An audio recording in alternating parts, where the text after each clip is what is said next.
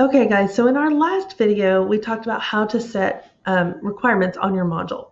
And now I want to show you what this looks like from a student point of view. So the way you look at this, first of all, make sure that it's published and that everything in here is published, okay? Or else we're not going to see a whole lot when we go in and look as a student. So now we're going to go to our home page, and over on the right-hand side, you'll see a little button that says Student View. This is so helpful. I'm going to click on that. And now I'm going to go look at my modules. And here's the module where we set the requirements, and you can see that the requirements are set. It says complete all items, and underneath each one it says view, mark done, or whatever the requirement is. Now, if you have an opportunity to see your students face to face before you start doing this, you need to have a conversation about this, because what we've seen during this e-learning thing is that when teachers are starting to set requirements, the students will see that all these are grayed out, and then they'll just email their teacher and say, hey, you didn't publish everything.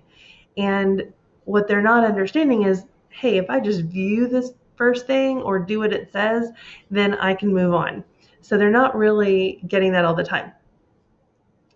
The marking things done in particular is a little bit tougher for them. So if you don't get a chance to see them face to face, make sure you put something in your course, like a page where you explain that they need to do this, and like get a little screen capture of the buttons that say mark is done and stuff, so that they know what they're looking at, because they really do need an explanation. All right, so this one was view. It's an external link. I have it set up to open in a new tab. So here it is, it's open.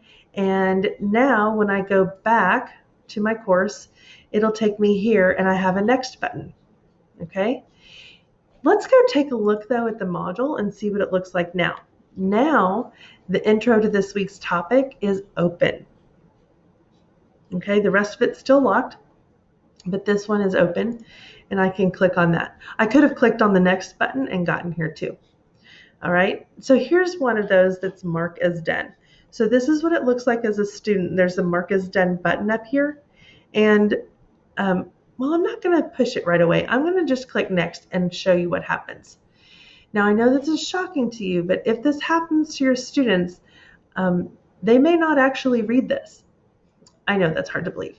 So this actually will tell them that the following requirement needs to be completed before this page is unlocked.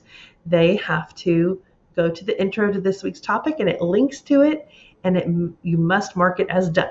Okay, so it does tell them. Okay, so here's what they have to do. They just have to go take their mouse up here to this button and click it. That's all. Now when I click next, my assignment will open. There it is. And for this one, my requirement is set up, so they just have to submit this. I did that because I didn't want to make sure that I went through and graded all of them. So I set up a text entry assignment. And it doesn't really matter what it is, because as long as I submit it and turn it in, oh, look at that confetti. Confetti happens if you turn it in on time. Then I can go to the next thing, which here is a discussion. And remember, for my discussion, my requirement is that I have to participate. So if I don't do that and I try to go to the quiz, it's going to tell me it's locked. All right. So I'm going to go back here. I'm going to go ahead and hit reply, and I'm going to contribute. And I'm going to post my reply, and then I'm going to hit next. And that should open my quiz. And this is the last thing on my list.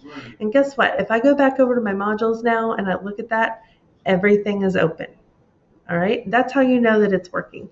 So if you find yourself wanting to test this, that's how you can do it.